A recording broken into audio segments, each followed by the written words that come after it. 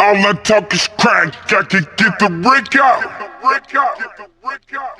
Yeah, it's crazy reminiscing every decision I made. Yeah, I was fucked up. I put in the work and never, no nigga can ever just say that I looked up. What's up, guys? Crack back with another pack. Today we're going to get into a 1090 Jake interview that was done on April 16th, 2021. So it's a year ago today when I'm recording this. So today is the 16th.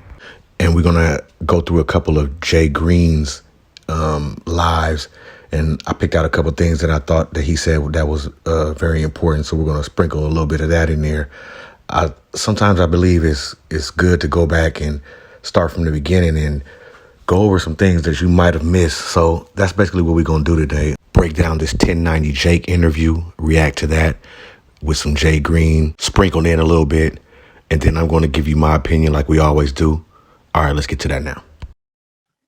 Now, another aspect of it that wasn't covered through the paperwork that me and you spoke on through the phone, and another reason why I believe so many people jumped on, oh, you snitching, is the fact that there was no legal action taken against you, but in fact, they actually tried to deport you back to Haiti, right? They actually had me on immigration hold for a couple months and came multiple times with nothing with immigration, just strictly about the case. Some could say it's to squeeze, some could say it's to get information from a honoring by the citizen, whichever way they wanna propel it. But yes, I did get detained and immigration hold, and my freedom was at risk. Okay, my question is, how did you get out of the immigration hold? Because in my opinion, when you using the words like put the squeeze on you, what that's telling me is you was getting interrogated to the fullest. Now, again, when I hear words like that, I sit and I wonder, how did you get out that situation? What information did you give in order for you to get out of that immigration and not get sent back to Haiti? Could this be the time that the phone was brought up and the deal was made to turn the phone in, allegedly? Because if that's me, if I bring this story up, there's no way that I can leave out how I got out this big squeeze. I can't just say I'm down at the station getting pressed and then walk out the station because my people going to be like, so how you get out, my guy? And I'm going to have to give them an answer. You see what I'm saying? So by you coming up and making these claims but not giving an answer of how you got out leaves speculation, and that's where we come in. Now, J.Green mentioned something about this. You know what? I'm going to play a clip and then we're going to come back and talk about it. All right, let's get to that now. Hey, bro, stop saying that gay disrespecting your wife who you sat down and married for a green card. So when I heard J.Green say that, it made me look into the deportation thing, and I couldn't find anything on that, nor is there any paperwork, as you all heard 1090 Jake mention. But if you missed it, because he did slip it in, let me run that back for y'all. All right, let's get to it. Now, another aspect of it that wasn't covered through the paperwork. Okay, so this is confirmation that nothing Track is saying are facts, because the paperwork doesn't back up his claims. And this is why I feel Track shouldn't have ran around to these different platforms running his mouth about an open case that the paperwork and a witness claims he's very much involved in, allegedly. I mean, let's go over this real quick before we move on. Number one, he rented the car that was used in the crime. Number two, he picked Melly and Cortland up to dispose of the weapon. 3, he left the country to shoot a music video. Although 2 of his artists was murdered the day before, they took that flight out the country. 4, he also turned in Melly's phone, but claims it wasn't the same phone.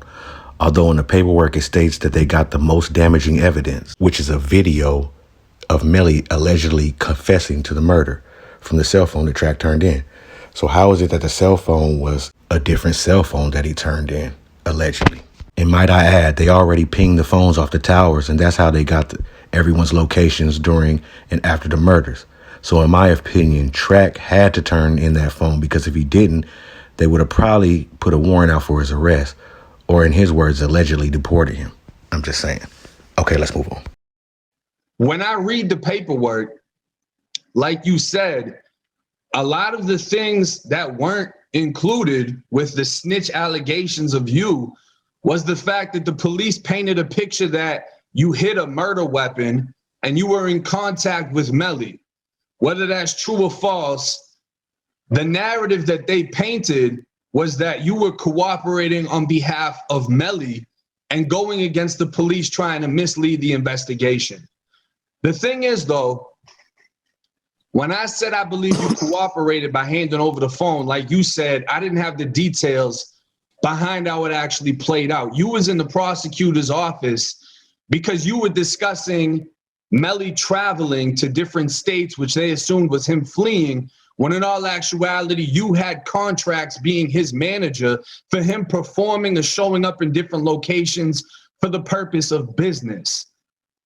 After an unfortunate incident, of course. Yeah. Now, I'm not the sharpest knife in the drawer, but if I'm a manager and 2 of my artists was murdered the day before, there's no way I would fathom even leaving the country to shoot a music video. That's just me. My focus would have definitely been on Sack Chasers and Juvie's family. And remember, this guy didn't even know whose mother was who. I hate to tear down an individual, but when your actions are such, then I gotta look at you with the side eye. I just can't respect an individual that moves in that manner. So yes, we as the people are gonna question it. Just on that alone. Again, not to mention how many different stories you've told over time. Listen, Track, you can't move or say things you said and think people aren't going to question it. That's just the human nature. The more you talk, the more you do interviews, the more we're going to break them down, especially when you're speaking on an open case. I mean, by now you got to know how YouTube works, bro. Like, you can't sit up and speak on things and think that people aren't going to break them down and critique them. So I kind of got to blame you for the reason why people like myself are breaking your situation down, because you just can't seem to close your mouth and stop speaking.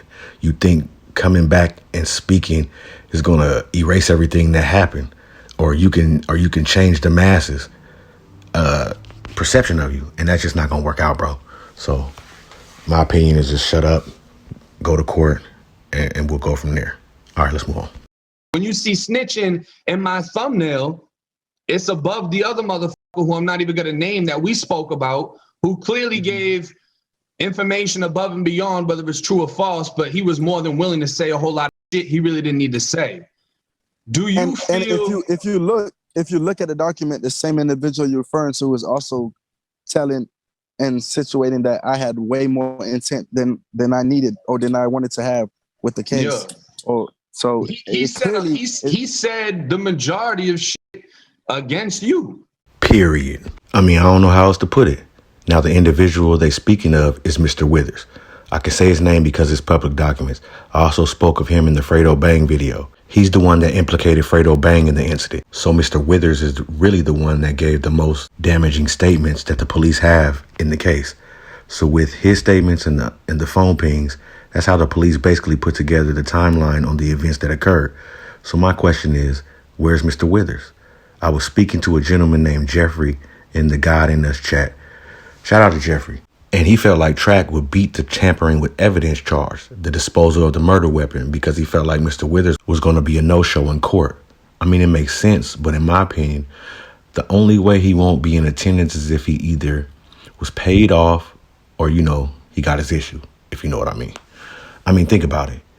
If he's the only one with the statements on track and he's a no-show, then Jeffrey's right. He walks. I was thinking maybe that's part of the reason he's walking the streets today. I don't know. I'm going to need a little feedback, a little help, because I'm not sure. So get in the comments and let me know if Jeffrey has a point and where y'all think Mr. Withers is at. Because I'm going to tell you this. Again, he has the most damaging statements I've read so far. So without him, then Jeffrey may have a point. All right, let's move on. What's up, guys? Right now, we're going to take a brief intermission. Tell you to subscribe. We're trying to get our subscribers up. We're getting a lot of watch time. People aren't subscribing, so we want to try to get our subscribers up. And follow us at Audio Crack 22 on all platforms. Thank you. So physically there at the office with the prosecutor, they handed the document over to myself and my attorney, and we had to give the phone. I had to get the phone. At first, at the gate, if you ask, so let me get the phone. No, why? I'm not gonna give you the phone. Why you need the phone? It's a regular, there's nothing on the phone, it's a regular phone. But once they did the search order and the warrant, boom, I had to give it to them. That alone, which I appreciate when you was explaining, you was like, hey, nothing came from this man that he didn't physically have to order or to go give. So for you guys that are saying, oh, well, you gave the phone, you should throw it away. who to say that anything's damaging on the phone to me or my client? I could see where when you pull up a document and it says that, oh, item been turned into authority, you consider that cooperating, you consider that snitching. I could see where the people get that misconception from, but like I've been saying from if you could look at the court documents, you can look at the cases, you can look at multiple sources.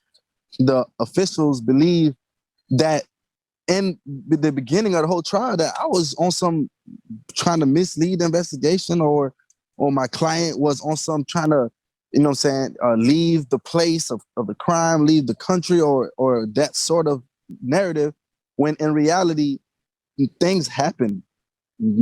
Things happen where it's unconditional, and certain situations look crazy when it's not explained or when it's not situated. And I'm not even referring to the snitching allegations. I'm referring to officials actually believing that the day after the incident, me and my client could be potentially doing illegal activities instead of doing his job and my job. So Exactly. that's where the phone situation came in at, where they're like, hey, why did you even bring the phone into the business or to the authorities, or why did you go there? Listen, you guys got to remember, just like a document says, every item that's been obtained by any officials came through a search warrant or order. Nothing was willingly given. After the police, sir. That's who. It's like, what is this guy's deal? It clearly states that the phone is the most damaging evidence in the case, sir. When talking too much goes wrong. And I also want to make this very clear before I play the next clip. Track is claiming he got handed a court order to pass over the phones. And also, to me, perception is everything, especially in a case of this magnitude. So by you leaving the country with the evidence they already had at the time, in the police's eyes, it looks like you were trying to flee. I mean, let's be honest. Normal people would have canceled that because of the tragic circumstances, if that makes sense. So you being mad about that, you got bigger fish to fry than worried about if y'all fled or not. But maybe it's because you're trying to keep your hands clean and your name was brought up again. So again, you want to debunk something that is, again, about perception. A decision that you, Track, made knowing the unfortunate circumstances. That's on you, my guy. Now keep that in mind, because this next clip is the same interview later on down the line. And I want you guys to pay attention to this. Okay, let's get to that now. But did you actually get served the paperwork for the warrant for the phone? Because I couldn't find that online under his name or yours. No, everything, like you see, it says ordered, and nothing was given willingly. So that still shows you that there was a search warrant, there was an order for the phone. Wow. After all that capping, 1090 Jake as well as myself couldn't find any court order backing your claims. Now, I don't know who's been advising you, Track, but you may need to reevaluate that advice, because you clearly been stating this whole interview that you was ordered to turn in that evidence. But now all of a sudden you wasn't served a court paper. But in your words, look into the paperwork and it says ordered. Then how come we can't find it? And I say, when talking too much goes wrong. We call them clout chasers and detention seekers where I'm from. And it never works out the way they planned it in their minds. That's why it's looking bad from the outside looking in, because you keep talking and your story keeps changing as a result of that. I'm just saying. So keep talking and we're going to keep listening. All right, guys, we're going to end it here. I don't like to make long videos anymore because the information kind of gets lost in this sauce. Everybody's attention spans ain't that long. So keep getting in the comments and challenging me and my theories. I enjoyed the feedback and welcome it. I appreciate you all. Until next time. All I talk is crack, I can get the brick out. Yeah, it's crazy reminiscing every decision I made. Yeah, I was fucked up. I put in the work and never, no nigga can ever just say that I looked up.